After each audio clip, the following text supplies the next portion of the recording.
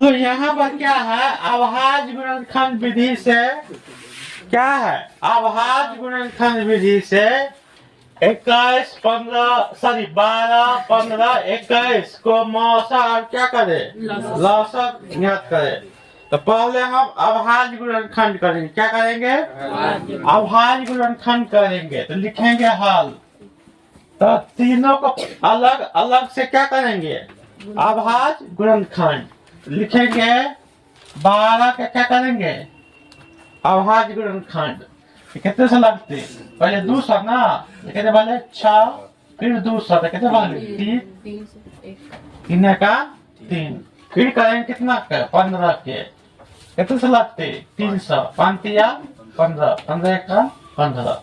फिर यहाँ किसको करेंगे 21 को, कहते 300, 7 या 21, 7 का 7 भागला है।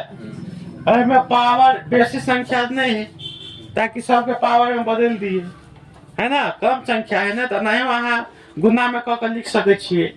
तो हम की करबे, यहाँ पर ये देखो कि 12 का गुणनखंड करेंगे। क्या करेंगे, 12 का गुणनखंड करेंगे। तो 12 का गुणनखंड क्या होगा, क्या क्या प्राप्त होगा, 2 गुने 2 गुने 3।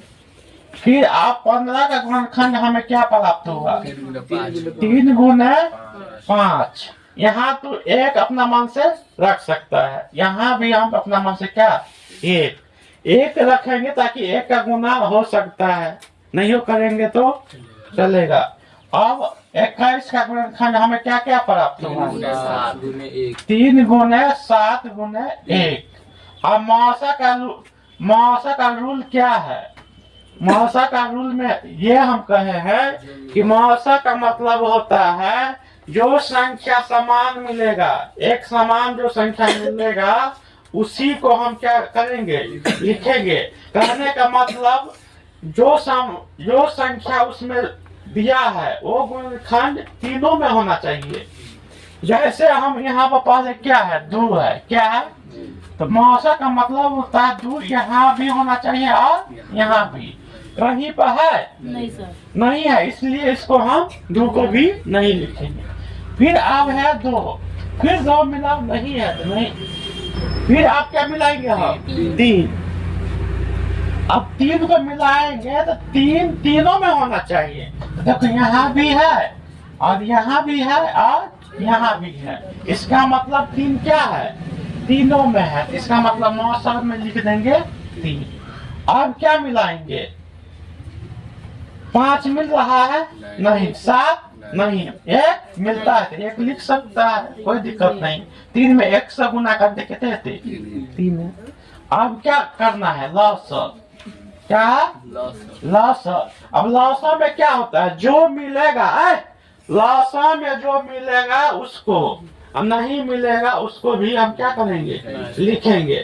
क्या चीज में, लौसक में जे मिलते नहीं मिलते पकड़ो लिखबे। कहे के मतलब जे देते भी खिलाएंगे, न देगा तब भी खिलाएंगे। क्या चीज में, लौसा में। मौसा में जे देते ओकरे हम देवे, ओकरे खिएबे, जे खियोते तकरे खिएबे। मगर यहाँ लौसा में क्या है, कुछ नहीं। लौसा में जो संख्या समान मिलेगा उसको भी लिखेंगे, नहीं मिलेगा उसको भी लिखेंगे।